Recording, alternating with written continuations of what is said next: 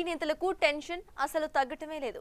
ఎప్పుడేం జరుగుతుందో అర్థం కాని పరిస్థితుల్లో ఉన్నారు ఇప్పుడు ఆ నేతలు. అయితే ఏ పోలీస్ ఎటువైపు నుంచి అరెస్ట్ చేస్తారో, ఎప్పుడు ఏ కేసులో నోటీసులు వస్తాయో అర్థం కాని పరిస్థితి వారిది.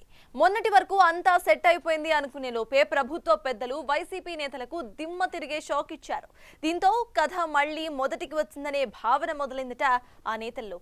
తాజాగా ఆ పార్టీలో పూర్తిగా సైలెంట్ అయిపోయిన మంగళగిరి మాజీ ఎమ్మెల్యే ఆళ్ల రామకృష్ణారెడ్డిపై సిఐడి పోలీసులు కేసు నమోదు చేయడం ఇప్పుడు హాట్ టాపిక్ గా మారింది.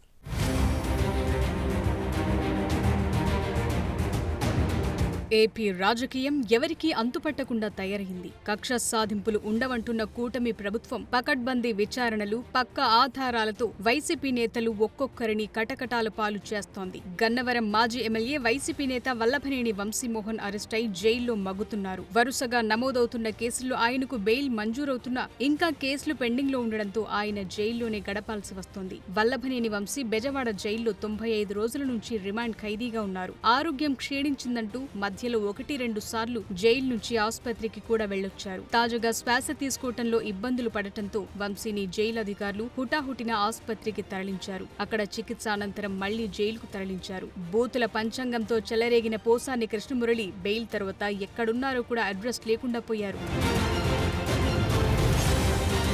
మాజీ ఎంపీ నందిగం సురేష్ బెయిల్పై బయటకొచ్చారని అనుకునే లోపే మళ్లీ అరెస్ట్ అయ్యారు. దాంతో వైసీపీ నేతల్లో ఎప్పుడేం జరుగుతుందో తెలియని పరిస్థితి నెలకొంది. ఎప్పుడు ఎవరిపై కేసులు నమోదవుతాయో, ఎప్పుడు ఎవరిని అరెస్టు చేస్తారో ఊహ కూడా అందటం లేదట. దానికి తాజా పరిస్థితులే ప్రత్యక్ష ఉదాహరణ. ప్రస్తుతం ఫ్యాన్ పార్టీ లీడర్లను కేసులు వెంటాడుతున్నాయి అనే కంటే వేటాడుతున్నాయనే చెప్పాలి. తాజాగా కాకాణి గోవర్ధన్ రెడ్డి అరెస్టుతో మరోసారి వైసీపీ నేతల్లో టెన్షన్ మొదలైంది. ఇదే సమయంలో మాచర్ల మాజీ ఎమ్మెల్యే పిన్నెల్లి రామకృష్ణారెడ్డి సోదరులపై మరో హత్యాయత్నం కేసు నమోదయ్యింది. ఇప్పటికే అనేక మంది వైసీపీ నేతలపై కేసులు నమోదయ్యాయి. అనేక మంది వైసీపీ నేతలు తమకు ముందస్తు బెయిల్ కావాలంటూ కోర్టులను ఆశ్రయించారు. బెయిల్ దొరకని వారు పరారీలో ఉన్నారు. ఇలా పరారీలో ఉన్న మాజీ మంత్రి కాకాణి గోవర్ధన్ రెడ్డిని ఇప్పుడు పోలీసులు అరెస్టు చేశారు. క్వాడ్స్ అక్రమ తవ్వకాలు, రవాణా, నిబంధనలకు విరుద్ధంగా పేలుడు పదార్థాల ఉపయోగం, అడ్డుకున్న వారిని బెదిరించడం, ఇలా అనేక ఆరోపణలపై కాకాణిపై కేసు నమోదయ్యింది. అనేక సార్లు నోటీసులిచ్చారు, కానీ ఆయన పట్టించుకోలేదు. ఆ తరువాత బెంగళూరులోని ఓ ప్రాంతానికి వెళ్లిపోయారు. కానీ పోలీసులు ఆయన లొకేషన్ను గుర్తించి ఏపీకి పట్టుకొచ్చారు. కోర్టు ముందు హాజరుపరిచారు.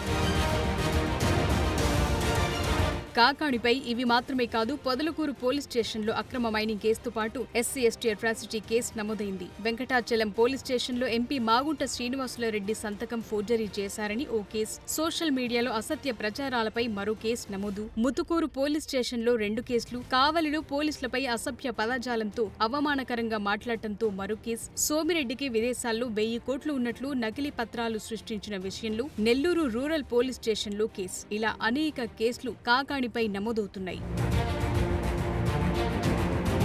ఇప్పటికే వల్లభనేని వంశీ, పేర్ని నాని, సజ్జల భార్గవ్, పెద్దిరెడ్డి రామచంద్రారెడ్డి ఇలా ఎంతో మంది వైసీపీ నేతలపై కేసులు నమోదయ్యాయి. కింది స్థాయి కార్యకర్తల నుంచి పై స్థాయి నేతల వరకు గత 5 ఏళ్లలో చేసిన అక్రమాలు, అరాచకాలపై కేసులు నమోదవుతూనే ఉన్నాయి. ఇప్పుడు నేతలంతా లీగల్ టీంను రెడీగా ఉంచుకోవాల్సిన పరిస్థితి వస్తోంది. అయితే ఇక్కడ అధికార పార్టీ ఆవేశంగా కాకుండా ఆలోచనగా ముందుకు వెళుతున్నట్టు కనిపిస్తోంది. ఇప్పటికే రేషన్ బియ్యం మాయం కేసులో ఇరుక్కున్న మాజీ మంత్రి పేర్ని నాని విజయవాడలోని గవర్నమెంట్ హాస్పిటల్లో చేసిన వీరంగంతో ఆయనపై మరో కేసు నమోదు కానుందని అంటున్నారు. జైల్లో ఉన్న వల్లభనేని వంశీ అనారోగ్య కారణాలతో విజయవాడ ప్రభుత్వ ఆసుపత్రికొచ్చారు. అక్కడ ఆయన ఆరోగ్య పరిస్థితి నిలకడగానే ఉందని వైద్యులు చెప్పడంతో వారిపైన పేర్ని నాని ఆగ్రహం వ్యక్తం చేశారు. వల్లభనేని వంశీని ఆసుపత్రిలో ఇన్పేషెంట్ గా చేర్చడం లేదనే అక్కసుతో ఆసుపత్రి సూపరింటెండెంట్ పై తీవ్ర పదజాలంతో పై విధంగా దూషణలకు దిగారు. స్టేషన్కి వెళ్ళిన తర్వాత మళ్ళీ ఒక గంటకో గంటన్నరకో మళ్ళీ అతనికి వామిటింగ్స్ అవ్వటం, మళ్ళీ కళ్ళు తిరిగి పడిపోవటం,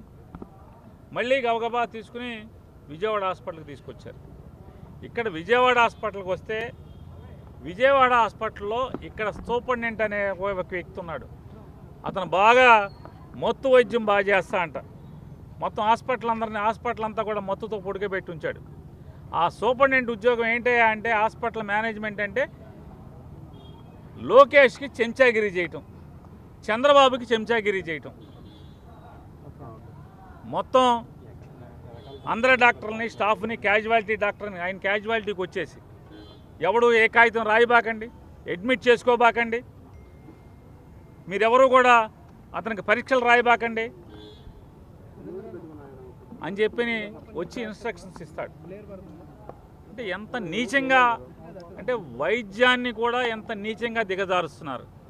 దాంట్లో పనిచేసేవాళ్ళు అంటే ఎంబీబీఎస్ చేరేప్పుడు ఆ పట్టా తీసుకునేప్పుడు మనుషుల్ని ప్రాణాలని కాపాడటమే నా పరమావధిగా బతుకుతానని చెప్పి ప్రమాణం చేసి వైద్య వృత్తి చేపట్టినటువంటి ఈ హాస్పిటల్ సూపరింటెండెంట్ మత్తు డాక్టరు ఎంత నీచంగా తను చేసిన ప్రమాణాన్ని, చదువుకునేప్పుడు ఆ పట్టా పొందేప్పుడు చేసిన ప్రమాణాన్ని ఏ రకంగా తొంగలో తొక్కి తన దిక్కుమాలిన ఈ పోస్టింగ్ కోసం, ఉద్యోగం కోసం ఏ రకంగా రాత్రికి రాత్రి వైసీపీ నేతల అరెస్టులు జరగటం లేదు. న్యాయపరంగా అన్ని అవకాశాలు ఇస్తున్నారు. జిల్లా కోర్టు నుంచి సుప్రీంకోర్టు వరకు వెళ్లే అవకాశాలు ఇస్తున్నారు. అంతేకాదు గతంలో వారు చేసిన అక్రమాలు, దౌర్జన్యాలకు సంబంధించిన వీడియోలు, ఆధారాలు ముందే బయటకొస్తున్నాయి. ఇలా పక్కాగా నేతలను బుక్ చేస్తున్నారు. తాజాగా తెలుగుదేశం పార్టీ ప్రధాన కార్యాలయంపై దాడి కేసులో మంగళగిరి మాజీ ఎమ్మెల్యే ఆళ్ల రామకృష్ణారెడ్డిపై సిఐడి పోలీసులు కేసు నమోదు చేశారు. ఈ దాడి కేసులో ఆయన పేరును 127వ ముద్దాయిగా సిఐడి పోలీసులు చేర్చారు.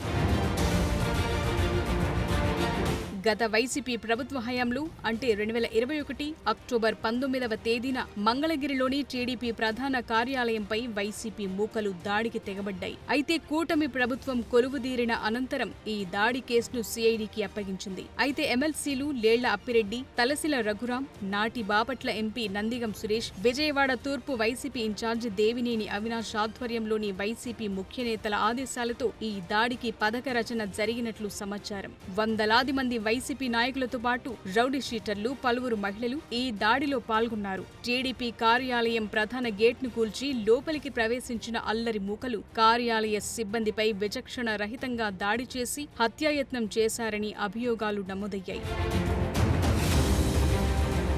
టీడీపీ సెంట్రల్ ఆఫీస్ దాడి ఘటనపై మంగళగిరి పోలీసులకు ఫిర్యాదు చేశారు. కానీ అధికారంలో వైసీపీ ప్రభుత్వం ఉండడంతో ఈ కేసును పక్కన పెట్టేశారు. అంతేకాకుండా టీడీపీ ముఖ్య నేతలపై ఎస్సీ ఎస్టీ అట్రాసిటీ కేసులు సైతం పోలీసులు నమోదు చేశారు. ప్రభుత్వం మారటంతో గతేడాది జూన్ చివర్లో ఈ దాడికి సంబంధించిన కేసు ఫైళ్లను బయటకు తీశారు. అయితే ఈ కేసు నమోదుతో పాటు దర్యాప్తులోనూ ఉద్దేశపూర్వకంగా నిర్లక్ష్యంగా వ్యవహరించారనే కారణంగా అప్పటి సీఐతో పాటు 2 ఎస్ఐలను ప్రభుత్వం సస్పెండ్ చేసింది. ఇప్పటికే ఈ కేసులో నందిగం సురేష్ అరెస్ట్ అయిన సంగతి తెలిసిందే. మరోవైపు ప్రతిపక్ష నేతగా చంద్రబాబు నాయుడు ఉన్న సమయంలో ఆయన నివాసంపై మాజీ మంత్రి జోగి రమేష్ దాడికి యత్నించారు. దీంతో టీడీపీ కార్యాలయంపై దాడితో పాటు చంద్రబాబు నివాసంపై దాడి కేసులను ప్రభుత్వం సిఐడికి అప్పగించింది. టీడీపీ కార్యాలయంపై దాడి కేసులో పొలిటికల్ గా సైలెంట్ అయిపోయిన ఆళ్ల రామకృష్ణారెడ్డిపై కూడా కేసు బుక్ అవడంతో వైసీపీ నేతలంతా ఉలిక్కి పడుతున్నారట.